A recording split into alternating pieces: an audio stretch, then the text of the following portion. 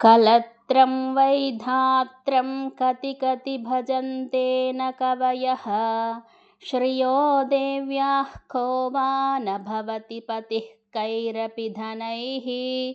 महादेवं हित्वा तव सति सती नाम चरमे।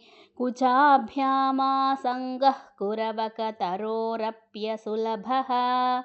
गिरामाहुर्देवीं द्रोहिणगृहिणीमागमविदो।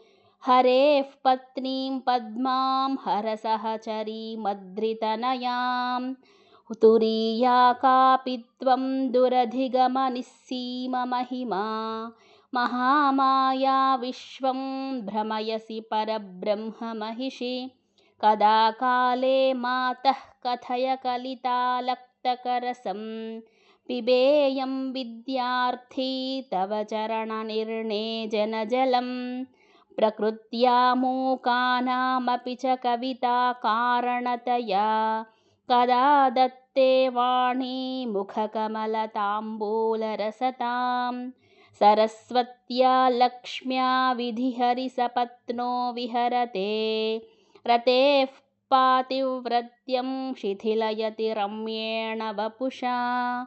चिरं जीवन्नेव क्षपितपशुपाशव्यतिकरः। परानन्दाभिघ्यं रसयति रसं त्वद्भजनवान्। प्रदीपज्वालाभिर्दिवसकरनीराजनविधिः। सुधासूतेश्चन्द्रोपलजललवैरर्घ्यरचना। स्वकीयैरम्भोभिः सलिलनिधिसौहित्यकरणं।